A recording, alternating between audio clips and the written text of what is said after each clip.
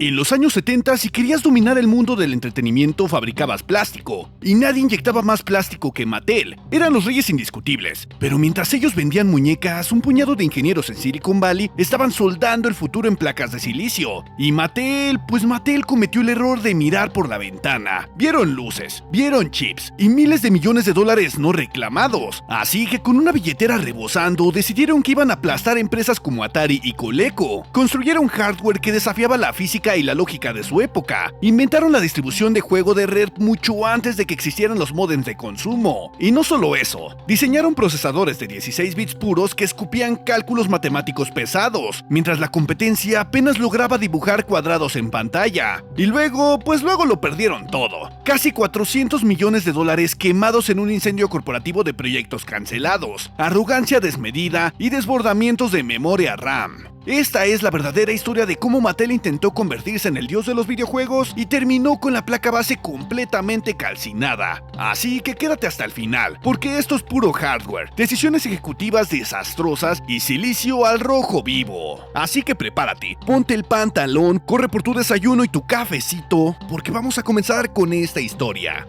Espera un momento, ¿quieres conseguir tu Windows y tu Office totalmente legal y a un precio realmente bajo? Pues aquí te traigo el mejor sitio confiable donde puedes comprar tu licencia tanto para Office como para Windows, y también si los quieres comprar en paquete, ¿por qué no?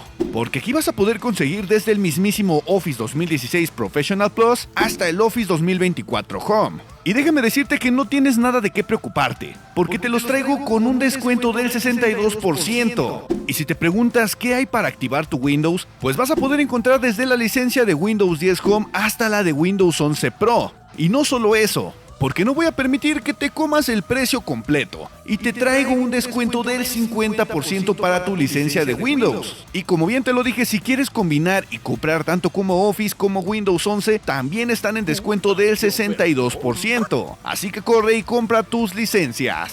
Pero ahora sí, continuemos con este video. Entonces, ¿por qué Mattel decidió enfrentarse a Atari y meterse en la electrónica? Pues la respuesta no nació frente a un televisor, sino nació en un bolsillo, buscando cómo exprimir el exceso de semiconductores del mercado. Así que a mediados del año 1976, la tecnología detrás de las calculadoras se había vuelto ridículamente barata. La oferta de chips superaba la demanda por un margen absurdo. Pero fue aquí cuando las piezas corporativas se encajaron. El ingeniero Richard Chang, consciente del bajísimo costo de estos integrados, le presentó la viabilidad técnica a Michael Katz, director de marketing de nuevas categorías. Y entonces Katz tuvo la epifanía comercial: tomar esos circuitos, arrancarles la capacidad de hacer matemáticas y forzar a los LEDs a iluminarse siguiendo un patrón lúcido de juego. Y bajo la supervisión del ejecutivo Richard Katz, quien se encargó de organizar los recursos internos, esta idea se presentó ante el presidente de Mattel, Ray Wegner. Wegner vio el potencial y dio luz verde. Y así, amigos míos, fue como surgió el nacimiento de los productos electrónicos de Mattel. Pero el verdadero resultado llegó en el año 1976, con Auto Race. Gracias a la participación vital de Rockwell International, quienes aportaron la ingeniería de hardware para adaptar y reprogramar los controladores de un chip de calculadora, Auto Race se coronó como uno de los primeros videojuegos portátiles electrónicos dedicados de la historia. Así que adiós a los resortes, adiós a los motores y a los engranajes de juguete mecánicos tradicionales. Esto funcionaba con pura lógica de estado sólido. Y el mercado por supuesto que les respondió. Y el verdadero titán absoluto que cimentaría el imperio llegó en el año 1977, con Mattel Electronic Football. Era un dispositivo del tamaño de un ladrillo con una matriz de LEDs rojos. Y aunque esto era bastante simple, el éxito fue obsceno. La gente se peleaba a puñetazos en las tiendas por ellos. Y fue precisamente con el empaquetado de este juego que el mundo leyó por primera vez la marca comercial Mattel Electronics. Y gracias a este éxito lanzaron rápidamente un aluvión de títulos portátiles bajo la misma premisa técnica. Juegos como béisbol, básquetbol, hockey, soccer e incluso la adaptación licenciada de Battlestar Galactica. Esta primera familia de dispositivos portátiles, junto con sus sucesores inmediatos, generarían una auténtica avalancha comercial, la cual se traduciría en cientos de millones de dólares en ingresos acumulados a principios de la década de los 80. Y esto mismo llevó a la corporación a tomar una decisión trascendental. En 1977, el éxito de estos productos llevó a Mattel a crear Mattel Electronics como una división completamente independiente, con sus propios departamentos de marketing, finanzas e ingeniería. Y en septiembre de este mismo año, el mismísimo Jeff Roslis asumió como presidente para orquestar esta expansión. Y para el año 1978, con los bolsillos bolsillos literalmente llenos de silicio y plástico, la división se expandió y comenzó a desarrollar sus proyectos más ambiciosos, dar el salto lógico para construir una consola doméstica que dominara el mueble más importante de la sala de estar, el televisor. Pero para llegar a este mueble, el desarrollo del hardware comenzó en el año 1978, porque Mattel descubrió que su socio de manufactura General Instruments o GI había estado diseñando una arquitectura conceptual de consola de videojuegos programable, bautizada como Gemini. Esto realmente no era una máquina terminada, era un diseño sobre papel y silicio estructurado alrededor de su microprocesador CP1610, ideado para ser vendido a fabricantes. Pero para convertir este concepto crudo en un electrodoméstico comercializable, Mattel contrató a APH Technological Consulting.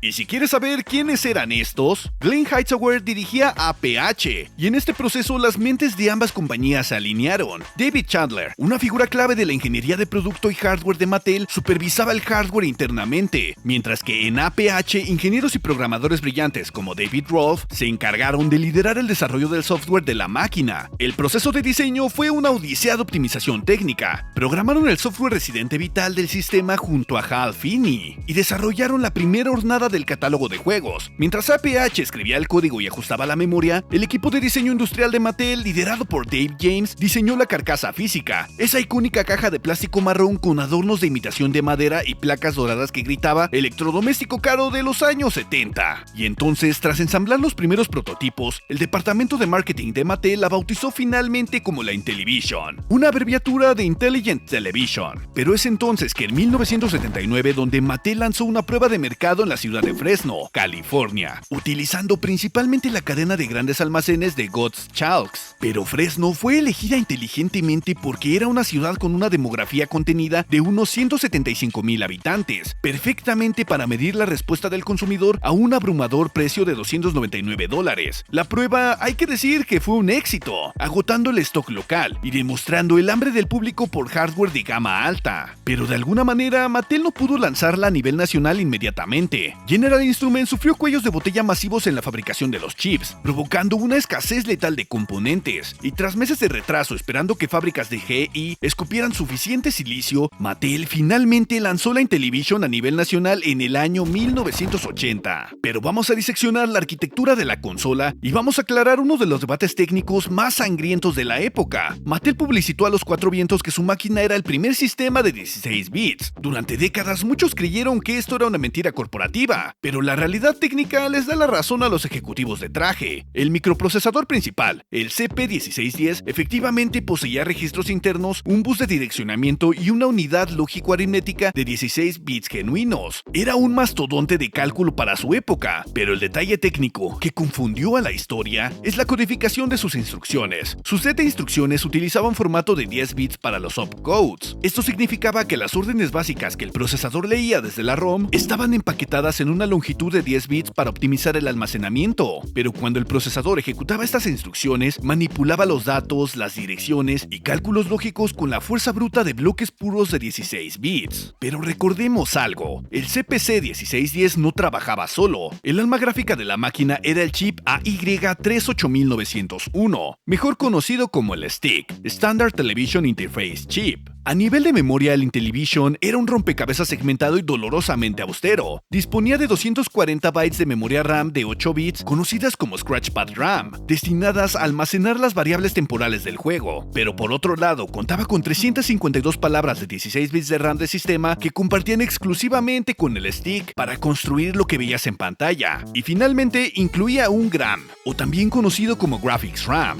de apenas 64 bytes para que los programadores pudieran definir caracteres personalizados. Pero para compensar esta miseria y domar a la máquina, David Rolfe y el arquitecto de APH programaron una maravilla, y a la vez una condena llamada Executive ROM, o también conocida como EJEC. El EJEC era una colección de rutinas reutilizables y un framework de programación almacenados en una ROM interna de 4 kilobytes. Este se encargaba de una buena parte de las tareas comunes del sistema: inicializar el hardware, procesar la matriz de los mandos, leer las las banderas de colisión de sprites que el hardware del stick generaba y sincronizar la lógica de refresco vertical del televisor, o V-Blank. Esto permitía a los programadores reutilizar código entre juegos, ahorrando espacio en los cartuchos y acelerando enormemente el desarrollo. Y de hecho, un juego típico podía sumar sus 4 KB de cartucho a los 4 KB del EHEC, como si tuviera el doble de memoria. Sin embargo, su código consumía un tiempo de reloj tan valioso que los programadores expertos terminaban escribiendo rutinas desde cero para saltarse el EHEC, y de esta manera poder exprimir el metal de la consola sin latencias. Pero la arquitectura gráfica del stick utilizaba una matriz de 20 x 12 tarjetas de 8 x 8 píxeles, dando una resolución efectiva de unos 160 x 96 píxeles en el fondo. El sistema en sí trabajaba con 192 líneas de exploración de video analógico en el televisor, pero hay que tener cuidado. Esto no significaba que tuviera 192 píxeles verticales de resolución gráfica. Esta era el área visible la que engañaba maravillosamente al ojo con su paleta de 16 colores. Pero hablemos un poco de los sprites, o también conocidos como objetos movibles. El stick podía gestionar 8 de forma independiente con un tamaño de 8 x 16 píxeles, pero lo hacía con una limitación. Cada sprite inicialmente solo podía tener un color sólido, y programar el multiplexado, o mejor dicho, parpadear sprites para dibujar más de 8. Pero por supuesto, esto era un infierno de cálculo de barrido.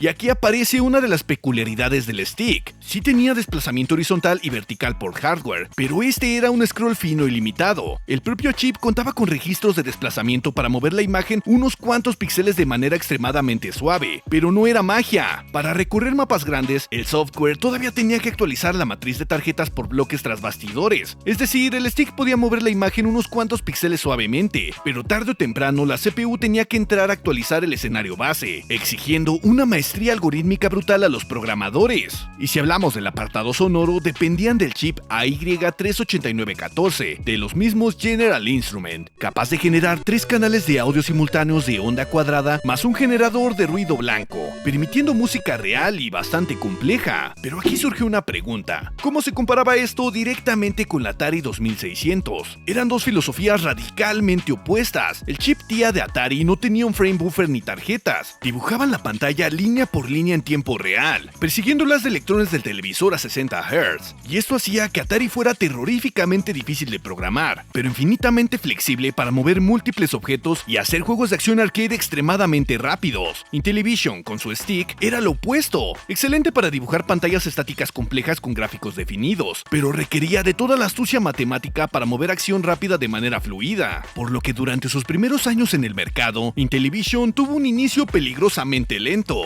Su primer campaña publicitaria se centró de manera aburrida en prometer que la consola se convertía en un ordenador personal, lo cual no emocionó absolutamente a nadie. Necesitaban sangre, así que la directiva decidió atacar al monopolio del Atari VCS de frente. Mattel invirtió la brutalidad de más de $8 millones en una agresiva campaña de marketing corporativa. Contrataron al respaldado periodista y escritor George Plimpton, quien en televisión nacional posicionaba un juego deportivo de Intellivision al lado de uno de Atari, con un tono elegante pero letal. Plimpton señalaba que el béisbol de Mattel parecía un deporte real, mientras que el de Atari parecía un montón de bloques de memoria corrupta rebotando entre sí. El impacto fue devastador, y entre octubre de 1980 y enero de 1981, la intención de compra del público hacia la Intellivision se disparó agresivamente del 5% hasta un 28%. Atari contraatacó en televisión, contrató a figuras legendarias como Pelé y Mario Andretti para sus propios anuncios, y gastó sumas absurdas en licenciar blockbusters masivos como Pac-Man y E.T. para asfixiar a Mattel con pura fuerza bruta comercial en las estanterías. Pero además se lideraba una guerra silenciosa y sucia por los programadores y las licencias. En Atari, la cultura laboral trataba a los ingenieros de software casi como operarios de fábrica, negándose a darles crédito en pantalla o pagarles regalías. Y esa falta de reconocimiento provocó una rebelión masiva de ingenieros que terminó en la histórica fundación de Activision, por lo que Mattel, aterrorizada por sufrir una fuga de cerebro similar o por ser víctima del espionaje industrial corporativo, decidió formar sus propios equipos internos bajo un secreto algo asfixiante. Contrataron a genios de código como Don Daglow, Gabriel Baum, Rick Levine y Mike Minkoff. Fueron aislados en un edificio anónimo de oficinas y se les prohibió revelar incluso a sus cónyuges en qué estaban trabajando. Pero por otra parte, para fomentar la innovación dentro de este búnker, la dirección organizaba reuniones de lluvia de ideas bautizadas como Blue Sky Meetings, partiendo de la premisa que el cielo azul era el único límite para el diseño.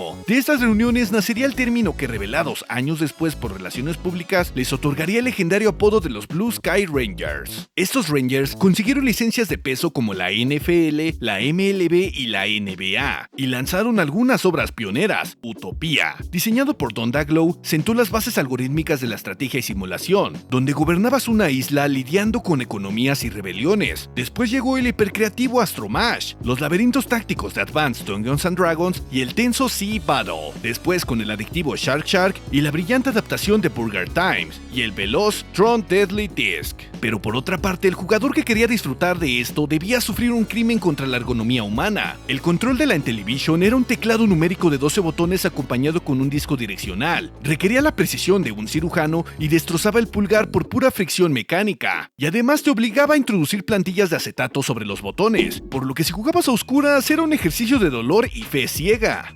A mediados de 1982 apareció un tercer combatiente que reventó el tablero por completo, la empresa Coleco. Coleco no era una empresa tecnológica tradicional, su nombre venía de Connecticut Leather Company, una antigua empresa peletera que había derivado caprichosamente hacia las piscinas de plástico y a los juguetes electrónicos portátiles. Su presidente, Arnold Greenberg, sabía que para ganar necesitaba tecnología bruta y un juego vendeconsolas definitivo, por lo que Greenberg viajó y se reunió personalmente en una habitación de hotel con Minoru Arakawa, el entonces presidente de Nintendo of America. Arakawa, operando bajo las estrictas órdenes de Hiroshi Yamauchi, negoció la licencia de derechos de la recreativa más caliente del planeta, por lo que Coleco cerró el trato y obtuvieron los derechos exclusivos de Donkey Kong para su inminente consola. Esta máquina era la ColecoVision. A nivel de hardware fue una ejecución. Llevaba un procesador Zilog Z80A y lo que es más aterrador para la competencia, el procesador de video, el TMS 9928A de Texas Instruments. Comparada con la Intellivision, la ColecoVision era otro planeta. Contaba con 16 KB de memoria VRAM dedicada que podía generar hasta 32 sprites simultáneos y además renderizaba conversiones de arcade casi perfectas a nivel de pixel, incluyendo ese legendario Donkey Kong que venía incluido en la caja. La reacción dentro de Mattel fue de pánico absoluto. Su Intellivision, que hasta ayer vendía en los comerciales como el pináculo del realismo, ahora se parecía a una reliquia arqueológica frente a la potencia brutal del TMS 9928A. Como respuesta directa a la amenaza de la ColecoVision y la inminente salida del Atari 5200, Mattel aceleró el diseño de hardware en 3 frentes paralelos y desesperados. El primero, crear una consola más barata bautizada como Intellivision 2, después diseñar un periférico para jugar juegos de Atari llamado System Changer, y después poner a sus ingenieros a investigar prototipos secretos de una nueva generación, conocidos como la Intellivision 3 y la Intellivision 4, los cuales pudieran recuperar la corona tecnológica perdida. Pero así, amigos míos, llegamos al punto crítico donde la ambición corporativa empezó a chocar violentamente contra los límites físicos de la ingeniería de la época. Desde el primer día de venta, Mattel había prometido el Keyboard Component, un teclado colosal donde incrustabas la consola para convertirla en un poderoso ordenador personal con unidad de cassette.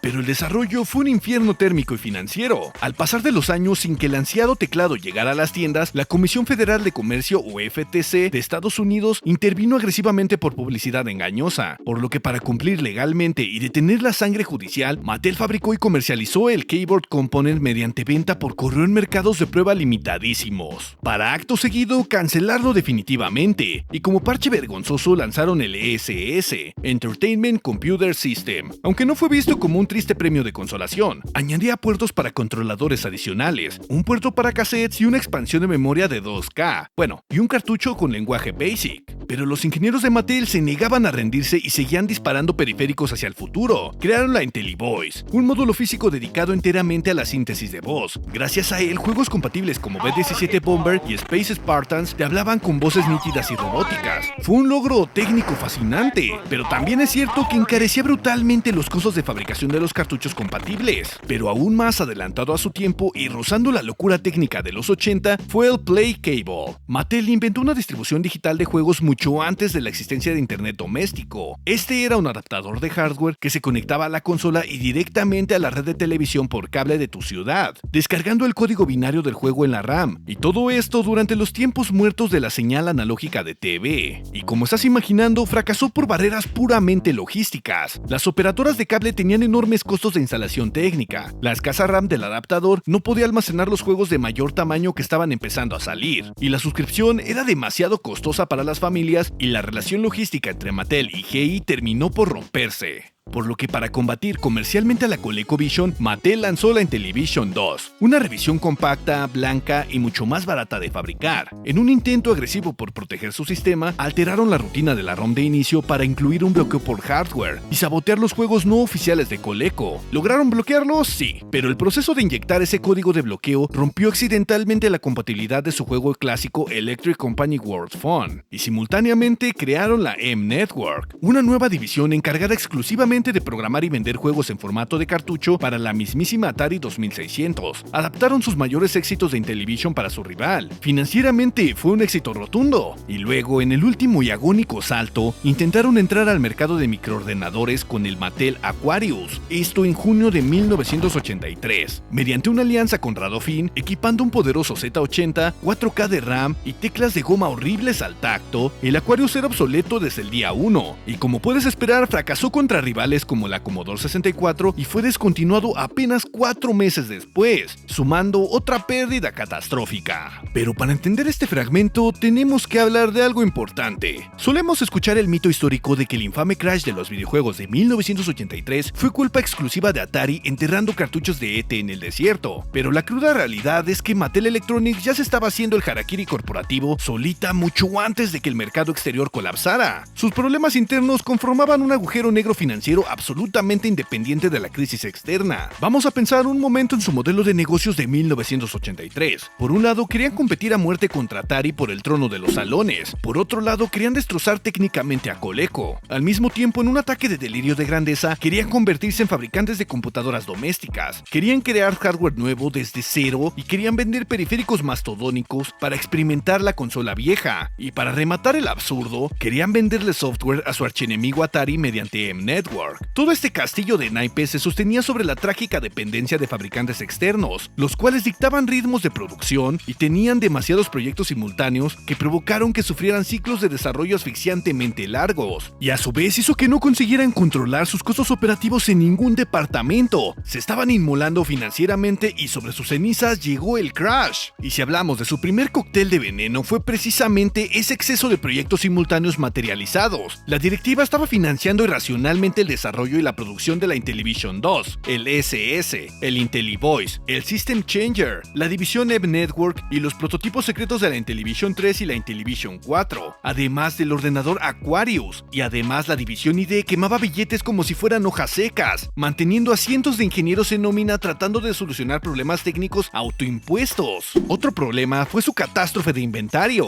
Los almacenes estaban a reventar porque fabricaron consolas Intellivision 2 las cuales no lograron vender, y con las multas y la investigación del Keyboard Component dejaron agujeros millonarios en el balance general. Y para rematar el caos logístico, Mattel sufría grandes problemas de distribución. Las estanterías de las tiendas ya no se daban abasto, los canales de venta estaban saturados y los minoristas comenzaban a asfixiarse intentando almacenar y vender plástico que absolutamente nadie quería comprar. Mattel era todos los efectos de un gigante tambaleándose al borde del abismo por pura incompetencia ejecutiva. Y si le agregamos la crisis general del mercado, la burbuja reventó. La industria entera colapsó bajo la avalancha de consolas redundantes. Bueno, y además de montañas de juegos basura. Y esta desesperación provocó una caída de precios brutal, por lo que juegos AAA que el mes pasado costaban $40 hoy terminaban amontonados en cestas de liquidación de los supermercados por solamente $4. Por lo que al cerrar el periodo fiscal de 1983, la división de Mattel Electronics reportó unas asombrosas y letales pérdidas de $395 millones.